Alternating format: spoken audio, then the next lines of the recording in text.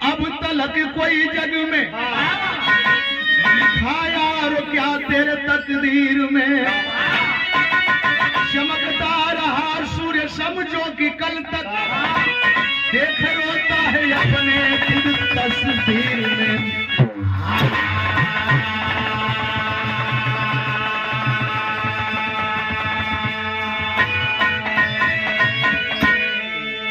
गम में बदल जाती खुशियां सभी, अर्श से फर्श पर आ गए रोते रोते। राम निवास कुछ भी समझ में नहीं आता, हो गया यार क्या क्या से क्या होते होते।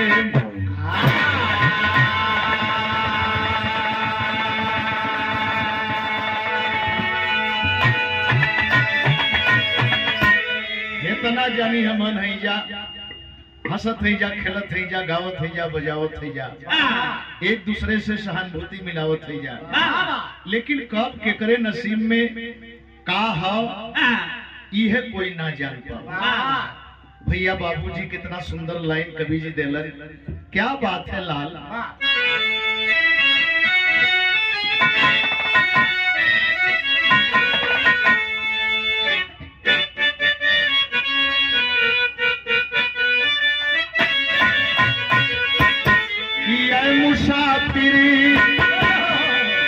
मुसाफिरी भटकता है ऊपर,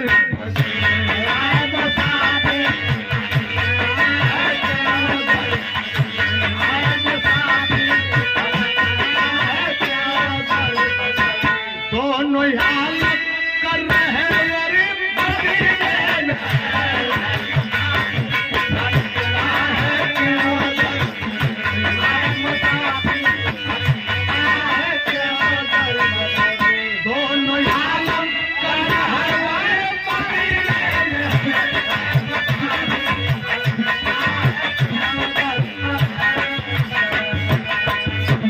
अनमोल लाइन लिखल गई, हर लोगन के लिए लगत हो। एक ही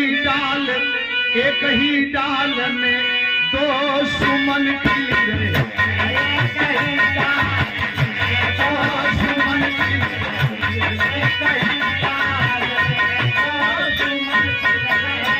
एक शिव पर चढ़ा, एक शिव पर चढ़ा,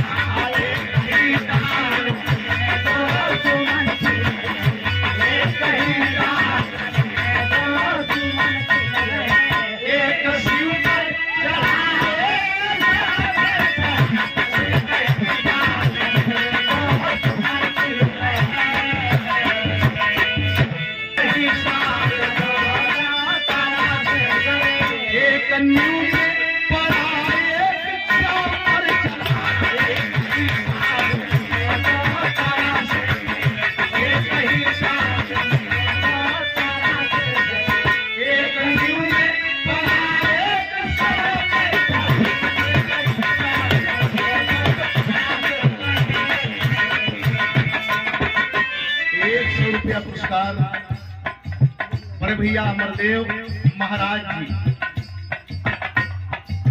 गुरु महाराज के परम भक्त। और सच्चाई है ये लोग मजबूत स्टैंड है। ललर लार लार लार ललरी रे, अनंदर नार नार नार ललरी नारे। कहानी लिखने में कलम आंसू बहाती है, दुखों की बिजली आसियाना जब जलाती है। ग्राम लक्ष्मीपुर जिला मेरठ की हकीकत है, स्वार्थी लोगों को जो दे रही नसीहत है वही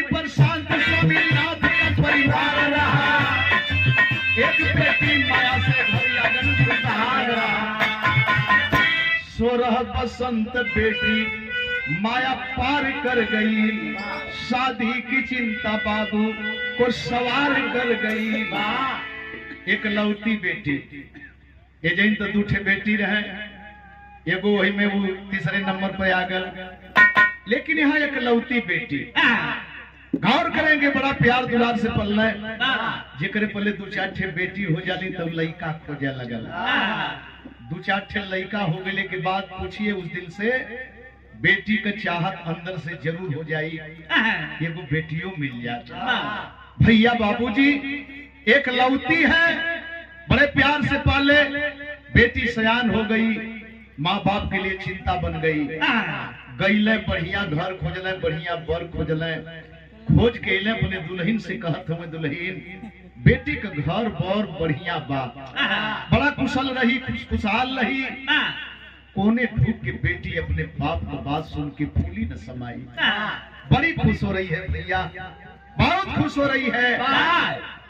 कार्ड छपा था, कार्ड बटा था, डॉक्टर साहब ठेकेदार साहब बड़ा देरी से पैसा गणत हुआ। हम जानत है कि देव बदे भजौला है लोगन, तो हमहू ये कमवा कह दिले होते, अरे खड़े थमा दिले होता, हमें बोलत रहल होता, जब जब मन कैले होता तब। कार्ड छपा गयल, कार्ड बटा था, 10 दिन सदिया रह गई, तबले खबर आई बेटहा पक्ष से कि 1 लाख रुपया जल्दी भेजवा दा, वरना बारात न आई। अब आप ही समझे कि मांगे के रहे तो पहले में मांगे की चाहत रहे, कुल काम भइले के बाद 1 लाख रुपया अगर मिली तो बारात जाई, नहीं तो बरतिये ना जाई। दोनों प्राणी सुनले बेचैन हो गई। पति बैठल हुए हताश समय दुल्हन रोवत है, एगो बात कह के रोज तर्ज लगल,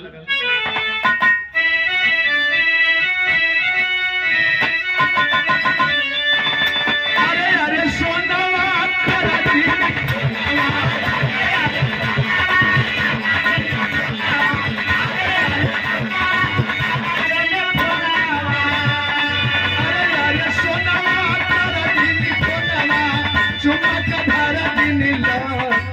राउर भूखल बा, आज राउर भूखल बा, सधिया का पीड़िया बड़ा, आज राउर भूखल बा। पति और पत्नी के बीच में कितना अनमोल रिश्ता, पवित्र रिश्ता। पति प्रदेश में है, दुल्हन घर पर है, ओजैन से फोन कैले, हाल चाल होती है, फोनवे में कुशल मंगल होता, फोनवे में पप्पी देते हैं, कुशल मंगल करत करत वही में जब चुम्मा दे देलस तो देखे पत्नी यही जन से कहते सुना, आज ऐसा मत करा, आज हम भूखल है, आज हमके जूट काट मत करा, ये जहीं तो फरिया जाई भले, फरियावता न रहा जसवंत सिंह का नाम रहा, जय सिंह। दुल्हन कलश की आज हमके जूट काट मत करा, व्रत में है, दूल्हा वही जन समझावत हो कि जूट काट ना करत है, तो के हम उपाय बताओ थे, व्रतवे के उपाय बताओ थे। अरे अरे सोनावा उठा बता,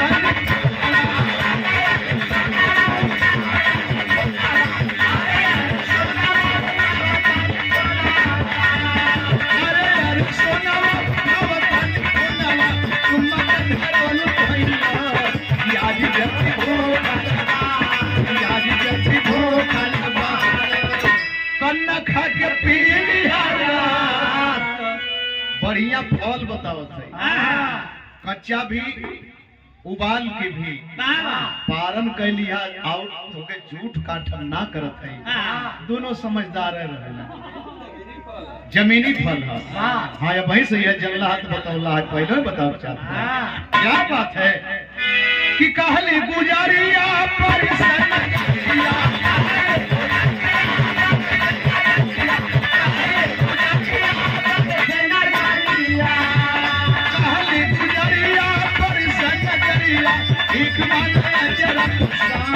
सजनाई जतिया चारा, सजनाई जतिया चारा,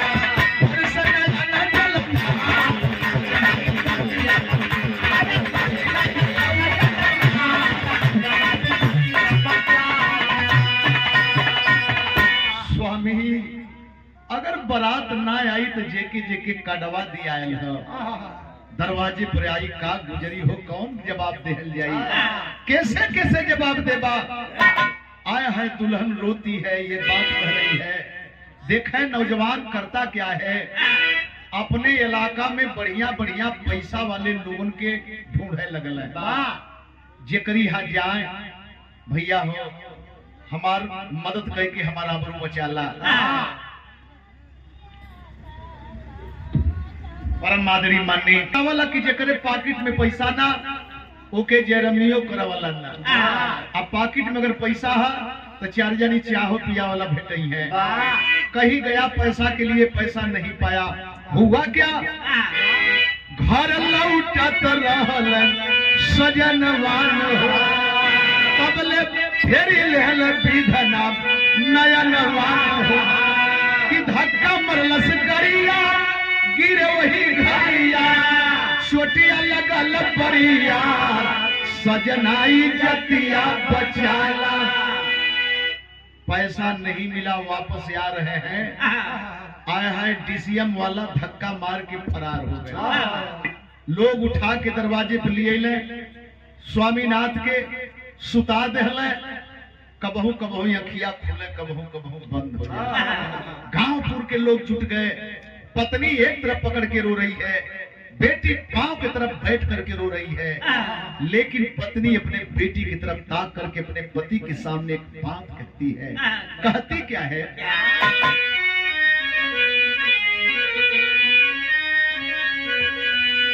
बारिश नया नावा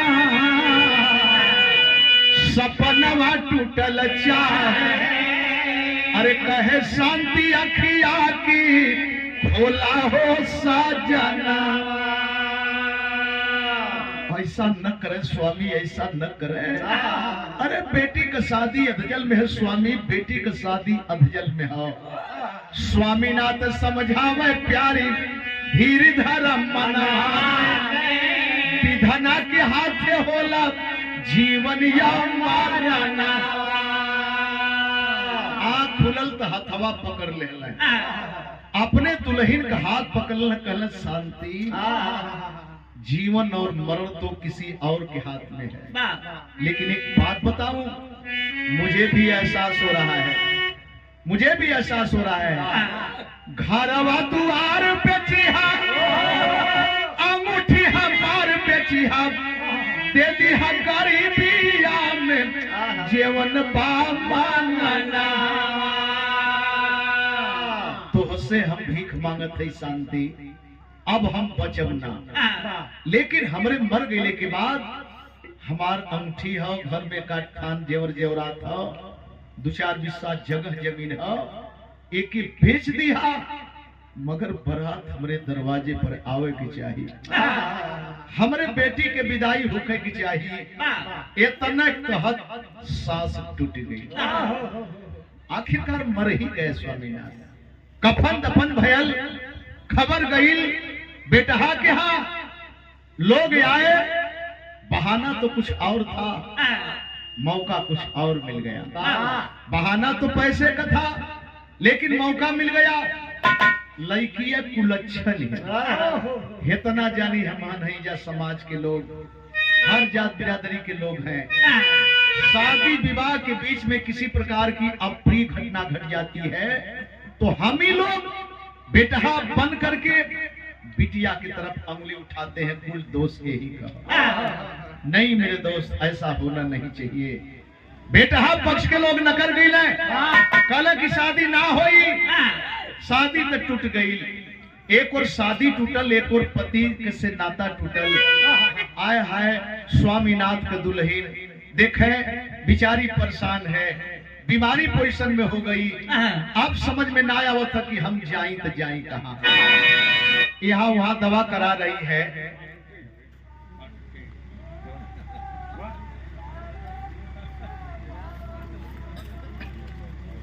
आवा भैया, छोटे मोटे डॉक्टरों के पास जाती है, लेकिन रोती है, कहती है फिल्म पाकीजा से गीत लगी।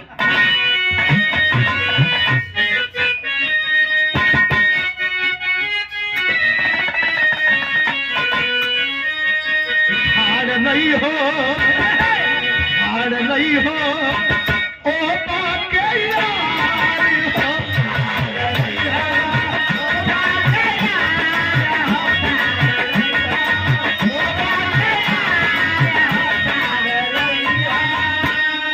रोव बेटी करे जवा के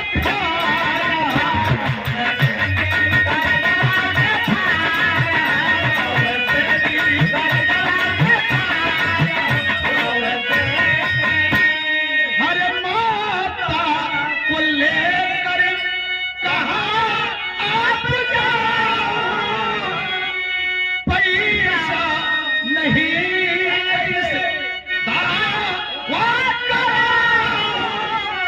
कोई न लौकेला जग में हमारा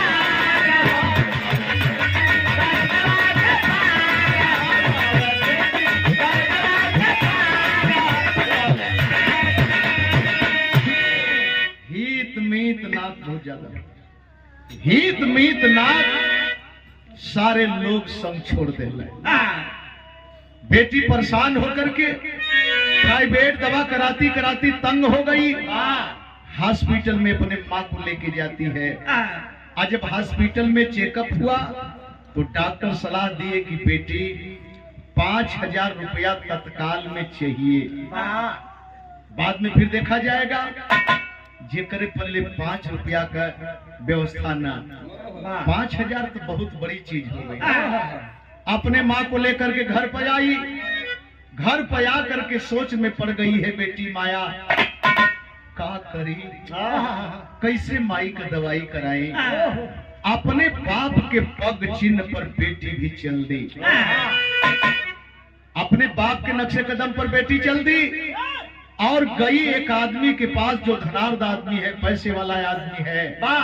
जाती है सामने हाथ जोड़ करके तरतर आंख से आंसू चल रहे हैं और रो कर एक बात कहती है। कहती क्या है?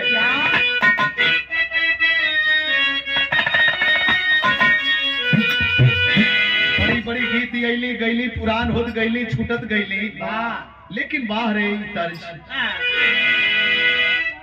अरे सनना रतिया बोले लाभ पवारावा कही दा भौजी भैया सी मोर भेज देते गवाना। डॉक्टर साहब बैठ जाए बैठ के प्रेम से ये सबके सुने लायक चीज है और विचार करी है। बैठ बिरहा गौले का मतलब मौज मस्ती ही ना, बिरहा के भावार्थ में बिरहा के तह में जाने के बाद पता चलता है कि सच्चाई क्या है। वो के बाद बड़ा अध्ययन कर के तब आपके बीच में परोसल जाला।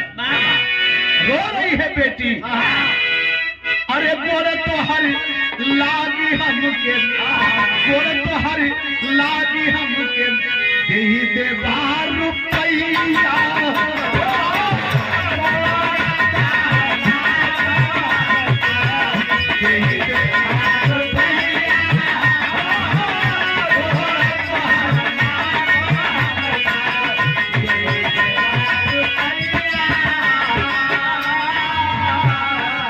गोड़ तो हर लागी हमके दे बार रुपैया हो। आज यही दुआरी, आज यही दुआरी हमारा बीच नैया।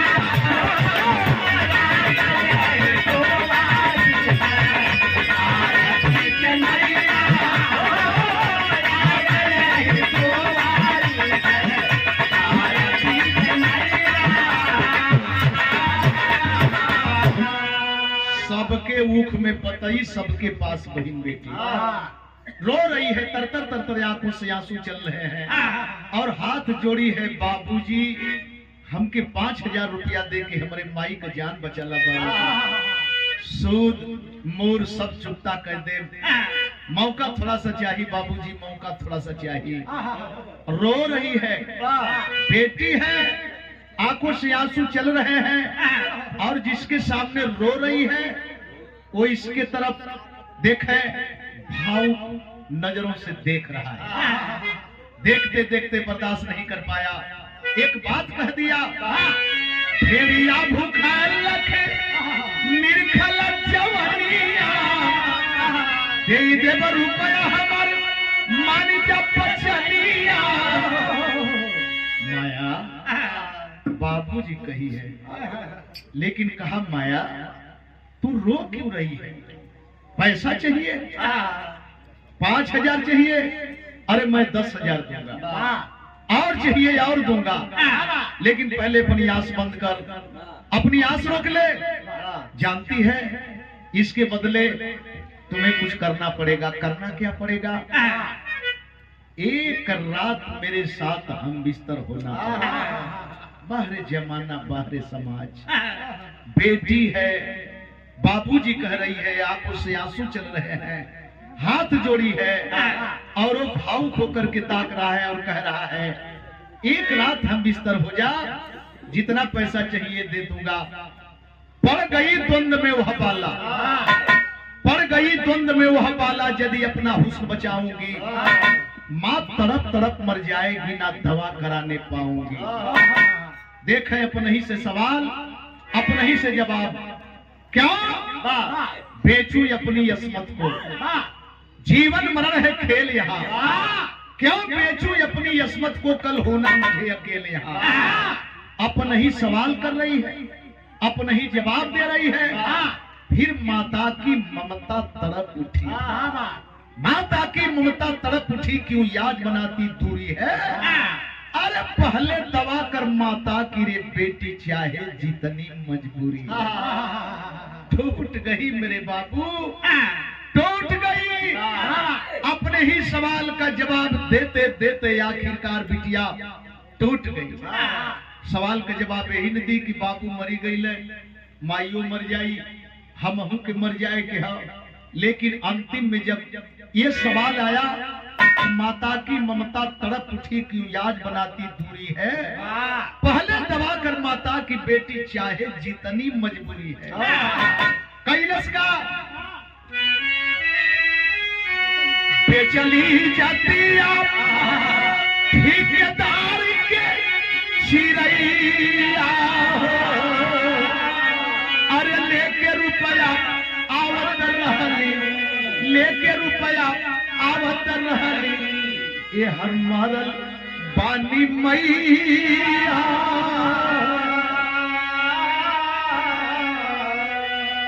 बाहर समय आबरू भी गवा दी, पैसा लेकर की चल देती है, घर से कुछ ही दूर है, देखती है दरवाजे पर लोगों की भीड़ जुटी है। एक आदमी निकल करके करीब में जाते हैं, बोले बेटी, बेटी विलम्ब कर दी, बेटी विलम्ब कर दी। अरे तोर माई तोर नाम लेके अंतिम सांस तोड़लस रे बेटा। गईल रुपयवा माई के लसिया पर फेंक दे। जमाना देखा था, मर्द मेहरारू बूढ़ जवान सब लोग हुए, आ लसिया पर फेंक के एक बात देखे उलाहना देती है। किसको उलाहना देती है? अरे करिया लीलार हो हमनी के लोगवा, कहे लपानी हार हो हमनी के लोगवा,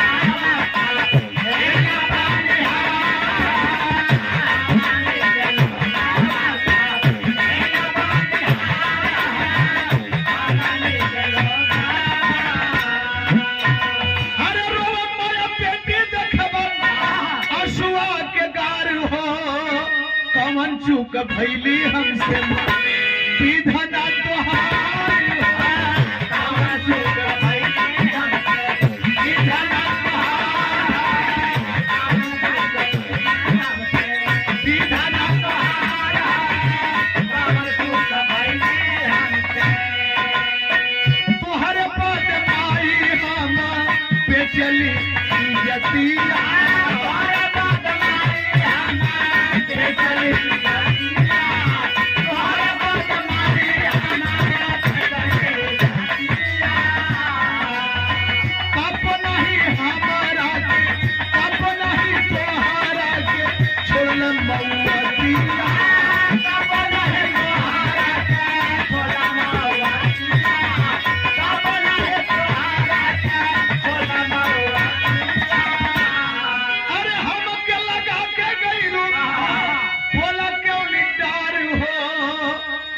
चूक भैली हमसे विधना तोहार हो, कवन चूक भैली हमसे।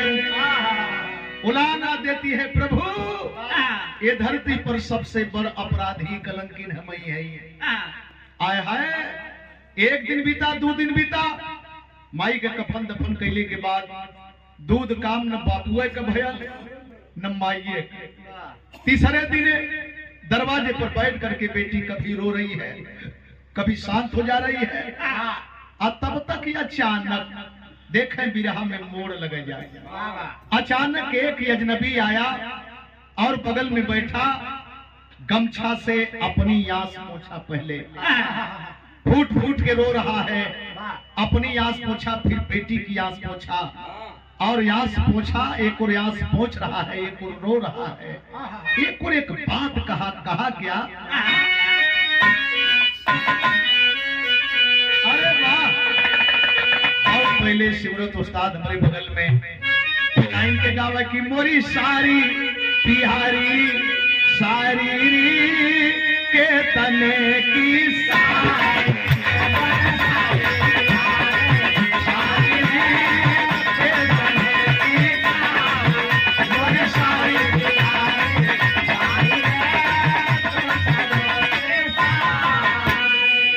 हो। लेकिन देखे वो अजनबी आस पूछते हुए एक बात कहा, तो के बोला बोले बड़ की माई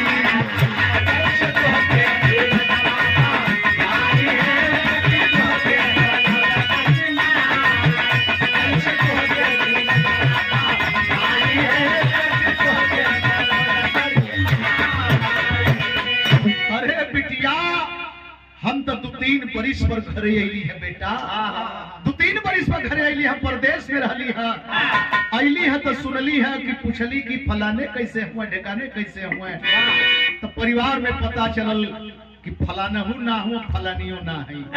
जाना तू हम क्या है, अरे बाबू का तोहरे हम बाटी यार हो, भैया हमार हूँ बड़का तहसीलदार।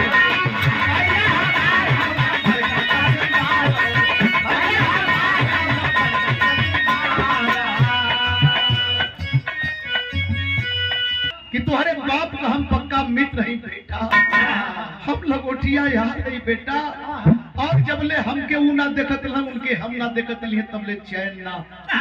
लेकिन एक बात जब हम रोवे लगली तो हमार बड़की माई करस किए बेटा जाओ बिटिया के लेके आवा, हमार बड़का बाबू का लड़का तहसीलदार हुए, बड़की माई करस के हम तहसीलदार से कह के कोनो जगह दिया दे, 2 रोटी का जगह बन जाई। बेटा ओकर हाथ पकड़े वाला 1000 जने तैयार हो जाए। चला बेटा चला। हाय हाय हाय हाय, मेरे बाबूजी बेटी रानी क्या समझती है, आगे आगे अजनबी पीछे से वो बेटी चल देती है, लेकिन लेके गया कहां पर, अरे कोठवा पर बेच देहल पपिया मुदैया, दल दल में फंस के ढकत बाची रैया, लेके रुपया गया है, लेके रुपया गया है, लाई है तो हके बोला बड़की माई। यह तो जमाना है, बड़की माई से मिलावे बदे कोठा पर ले गयल, बगल में बुढ़िया के देखौला यह हमार बड़की माई है, बड़की माई यह बेटी है। बैठ गई, कुछ पैसा लिया, देरी तक बैठा है, बैठने के बाद बोला बिटिया 5 बजे के बाद तहसीलदार साहब आई हैं, तनी हम घूम लें। बड़की माई की बैठा बैठल है, 5 से 6 बज गल, 6 से बेसी होखे लगल, घबराहट जरूर होखे लगल, मुंह से निकल गल माई, न तहसीलदार साहब अइले न चचा अइले, वो हंसे लगल। अरे बेटी, लेकिन वो के मुंह से झटका से निकल गल बेटी, अरे बेटी तहसीलदार आवल जाला रोज का काम है, और तोर चचा उतर रोजे आवल जाला, ई कोठा हो बेटी, कोठा हो, देख जितना है कैमरा हो ना, जितना क्वार्टर है, झांप लगल है, एक से एक सुंदरिया है लड़किया। अब तक दूसरे जगह है छोड़ देते चचा कर तहसीलदार का ख्याल, लिपट के भोकर भोकर रोवे लगल माई, जवन हमार बचल है तवन बचा ले माई, तवन बचा ले। एक बार पत्थर में भी पसीना आया, पत्थर पर भी पसीना आ गल, आवाज हो गई बुढ़िया। कॉलेज की तमाम लड़कियां अली लेकिन तोरी मती नारे बेटी, तय हमके माई कह देली, हम तो के बेटी कह देली। एक बात सुन, तोर जीवन बचल है तवन तो बचा लेबे, लेकिन बड़ा पैसा खर्च कर देले है, पैसा कैसे निकली? तो के एक काम करे के पड़ी, नाचे के पड़ी, हरता क्या नहीं करता। आखिरकार घुघरू बन गयल, जब बन गल तब बिरहा में कभी भाव दिलन।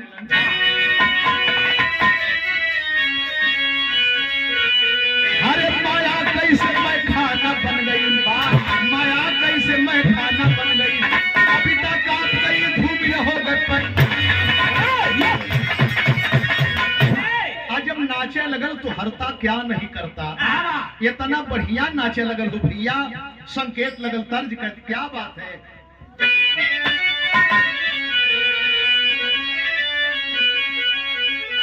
ये गोटेदार लहंगा, ये गोटेदार लहंगा निकलो जब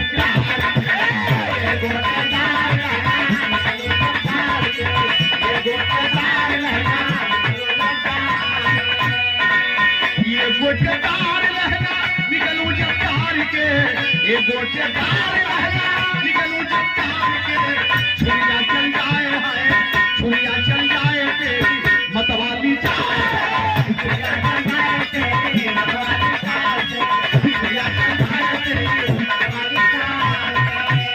लेकिन जौने समय नाचे लगल, कोठे पर घुघरू बाजे, कोठे पर घुघरू बाजे, हल्ला बाजार में, कोठे पर घुघरू बाजे, हल्ला बाजार में, कोठे पर घुघरू बाजे, हल्ला बाजार में, कोठे पर घुघरू बाजे, हल्ला बाजार में, होली पर गोली चले, होली पर गोली चले, होली भागे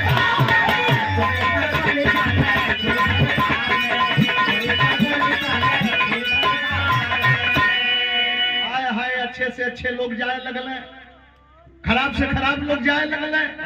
आशिक मिजाज जे होखे उछाए, नाच देखे मुजरा देखे, और अपन जो समझदारी होखे जहां जब जाए बने जाए। लेकिन इजन बिरहा में फिर मोड़ लग जाए।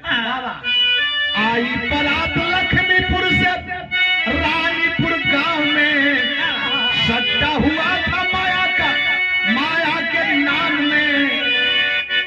लक्ष्मीपुर का बियाह रानीपुर में तय भयल, लक्ष्मीपुर का बेटहा, रानीपुर का बिटिहा। जितना मंगले लोग देव से कतरैले ना, लेकिन रानीपुर बिटिहा पक्ष सवाल कर दिलस कि भैया छुच्छे बैठबा कि कोनो मर मनसायन नहीं, कहना कि ऑर्केस्ट्रा कह दे जा, कहला ना ना ना ना मारी पीटा हुई में घुसी घुसा शुरू कर देते हो।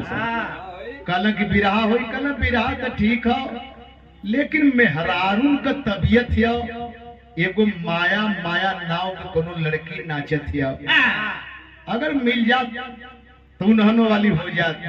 संजोग से सट्टा खाली रहल, माया गली अब क्षेत्र में जाए जाके नाचे, सट्टा पर जाए लगल।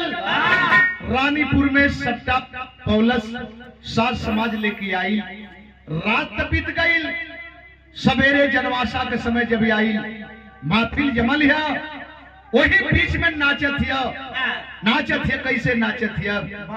आई बारात रानी, आई बारात लक्ष्मीपुर से रानीपुर गांव में, सट्टा हुआ था माया का, माया के नाम में। महफिल जनवासे की थी, महफिल जनवासे की थी,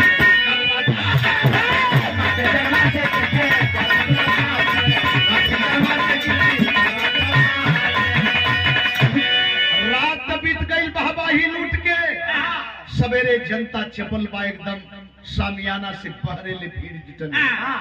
नाचत हिय, गावत हिय, बा भाई बा भाई बा। नाम जैसे सुनल गल वैसन कला भी बा। वही बीच में जमल हम नाच आ तबले दुल्हा महाराज कन्या पक्ष के तरफ से अइला इतना गरम हुए, इतना गरम हुए कि अवते यावत अब वही समियाना में घुसले ना तले बहरवे से जोर से डटले। जानत हुआ कौने तर्ज में डटले?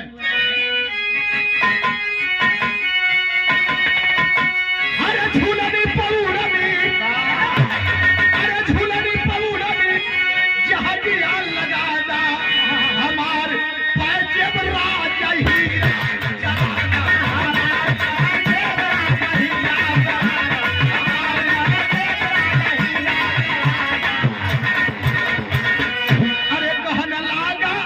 कहन लागा बात दुल्हा गुमानी,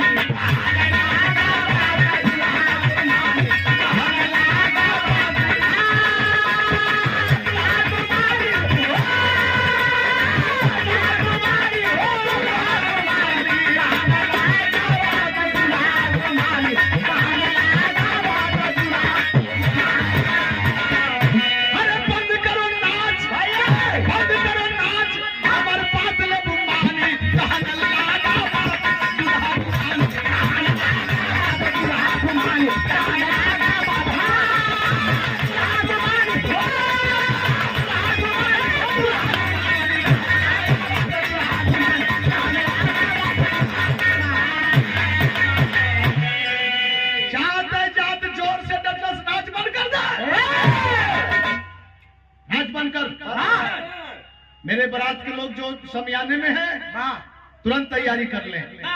1 मिनट हमारी बारात अब यहाँ नहीं टिकेगी। घरात का लोग बारात का लोग आवाज खो के ताके लगले। साज वालों का हाथ रुक गल, नाचे वाली चुपचाप खड़ा होके टकर टकर दूल्हा राजा को देखे लगे। हिम्मत जुटौलस, केहू बोलत ना है लेकिन हिम्मत जुटौलस दूल्हा राजा से, बाबू काहे बदे नचिया बंद करताड़ा, काहे बदे नचिया बंद करताड़ा, कल जान कर क्या करोगी? अरे परछन के पहले ही देने का वादा था, परछन भी करवा लिए सब। मड़वा में सिंदूर दान से देने से पहले वादा था, सिंदूर दान भी हो गया, नहीं दिए सब। अब खिचड़ी खाए जाए, जब खिचड़ी खा लेगी बारात तो क्या मिलेगा? कलश की कार वादा रहल है, 1 लाख रुपया का वादा रहल। आए हाय जब सुनलस तो तनी सोकर चेहरा पर मुस्कान आ। माया कहे के तनब चाही रुपया, बिंदु के भागल बनावा न भैया। सिंदूर दान होगा न भैया? हाँ, रात में सिंदूर दान हो गया। कल तो एक बात सुना, रात में सिंदूर पहना के सुहागन बनौला, ये तनी भरे अभागन बनाओ थोड़ा। अभागन मत बनावा भैया, अभागन मत बनावा। कितना रुपया चाहिए हम रुपया दे पाए, लेकिन बेटी के अभागन मत बनावा भैया, अभागन मत बनावा। आज जब सुनलस की रुपया मैं दूंगी, हाँ मैं दूंगी, अभी दूंगी, इसी वक्त दूंगी और यहीं पर दूंगी। अब तय करे शरीर में आग लग गई। कल साली रंडी की औलाद, तेरी हिम्मत, तू हमको रुपया पैसा देगी नाचने वाली पतुड़िया? खलस की भैया हो, रंडी तो जरूर है लेकिन रंडी का औलाद ना। बड़ा अनमोल भाव देहलस। कलश की रंडी तो हो ही गई, रंडी कहत हुआ ठीक है, लेकिन रंडी के औलाद मत कहा भैया, रंडी के औलाद मत कहा। सुना, हमके ना चिन्हत हुआ, हमके ना चिन्हत हुआ, लेकिन हम तो के चिन्हत कहलस। ताकत में लोग, जमाना ताकत है। दूल्हा राजा खड़ा हुए, आई है बात लड़कियां कहलस कहलस का।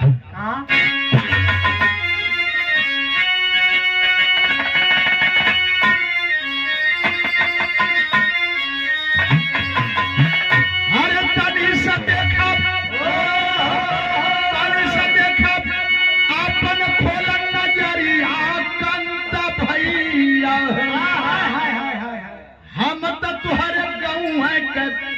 छोकरिया कंता भैया हम तोहरे गांव के बेटी है भैया, हम तोहरे गांव के बेटी है। मिलल पैसा दवा के चलते मरी गई मर माई हो, मरल पापिया भागन बनली टूटल भर सगाई हो। अरे आपन बन के कई धर सगहरिया कंता भैया हो, तनिक चूक से कंता भैया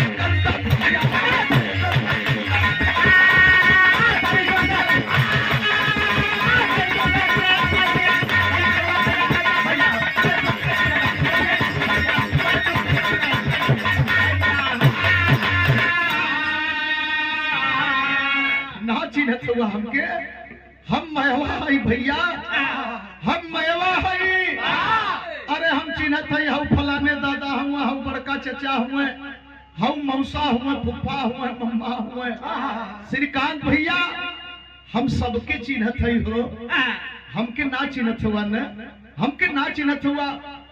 सारे बारात जितना लोग मरवा वो समियाना में हुए, घरात के लोग अखिया फार फार के लोग ताकत हुए। दूल्हा राजा का मुंह बवाल है, लड़कियां कलश किया वही नाचिनत हुआ, अब वही नाचिनत हुआ। यही पैसवा के चलते न हमार सदिया टूट गई, यही पैसवा के चलते हमारे बाबू को एक्सीडेंट हो गल, यही पैसवा के चलते हमारे माई का दवाई ना भइल मर गई। आए हाय एक बात कहे लगल, कहत कहा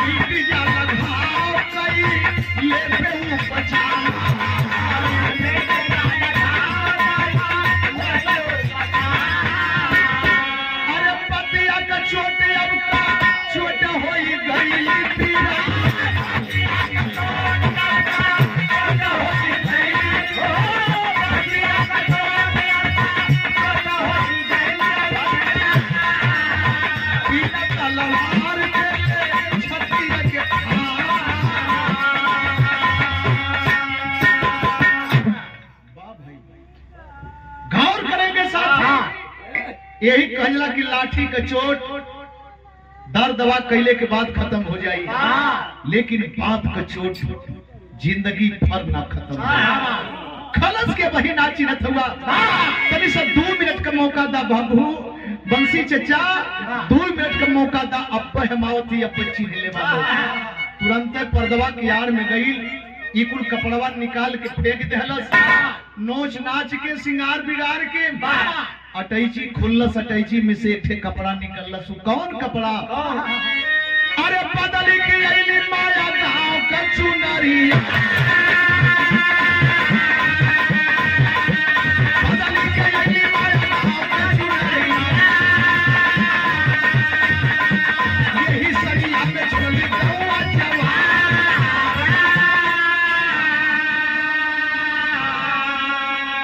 जवन सरिया पहन के वो अजनबी के पीछे गई है, उस सरिया कपड़वा रखले हुए पहन के आई। बड़का बाबू के सामने कलश की बड़का दादा तू तो बैठल रहला, यह कपड़वा पहन के न गईली, एको बेर ना रोकला हो बड़का दादा, एको बेर ना रोकला, नहीं तो आज तोहरे बेटी के केहू रंडी ना कहा ना बर्दाश्त कैले। अरे चढ़ी के मंचवा पर देखबा कहिले बंसी दादा,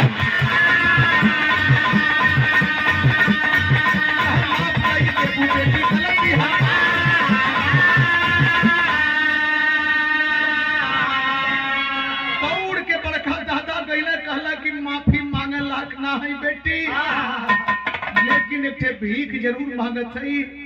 हमें विश्वास है कि तू इनकार ना करबू, इनकार ना करबू। कलश की दादा हमारे पल्ले का है जो अपने बड़का दादा के भीख दे। कहले खाली यस कर दे बेटी, यस कर दे। अब दैया दहेज ना चाहिए बेटी हम लाते से ठुकरावत है। कलम मांग ला दादा, ये बेटी तुहार है, सब कुछ एक तुहार है, तब मंगल का। अरे कोई नौजवान लख के बेटी का सूरत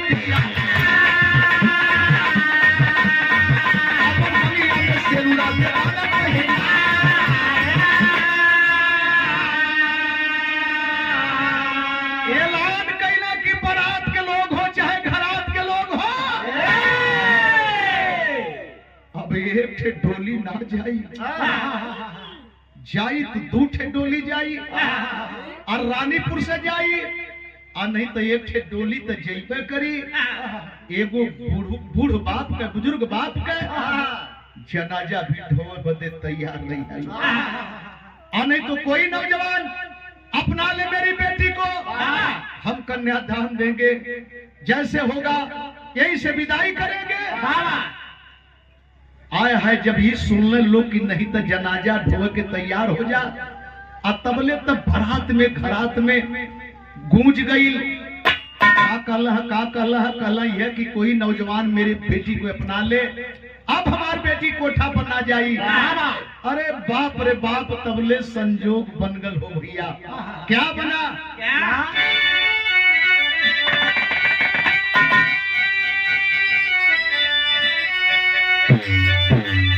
अरे आया था बारात में सीमा का प्रहरी, अलबेली जननवा कई गुजरी।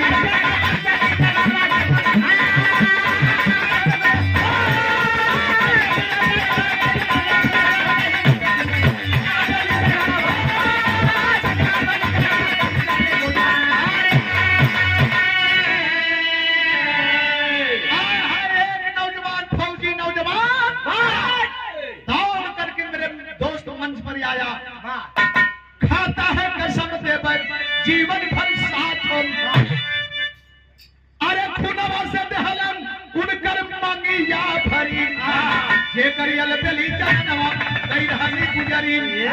भार करके मंच पर गया, पॉकेट से चाकू निकाला, अंगूठे को ऐसे करके चीरा, और भरी समाज में दादा साक्षी मान करके मांग भर दिया। बोला जीवन भर साथ दूंगा दादा, जीवन भर साथ दूंगा। और जब ये बात करा कि जीवन भर साथ दूंगा, तब कन्या पक्ष रानीपुर को लोग खड़ा हो गई।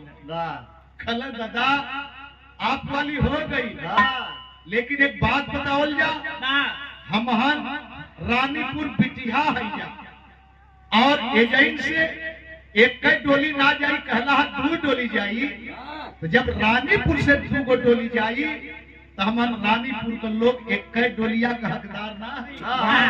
हम दोनों लड़कियां का मतारी बाप हो गए।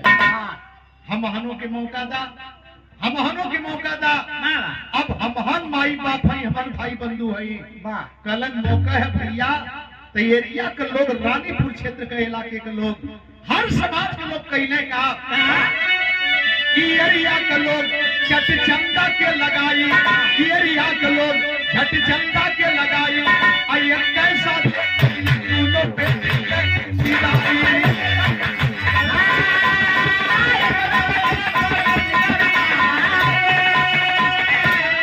अरे एक कैसा थे गई तुरंत सासुर के नगरी, जे करी अलबेली जननवा कई रहनी पूजा।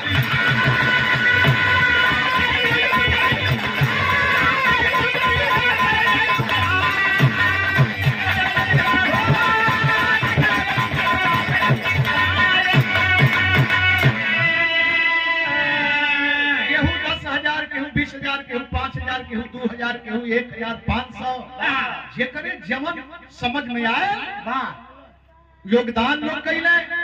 और साथे में दोनों बेटी का विदाई भइल।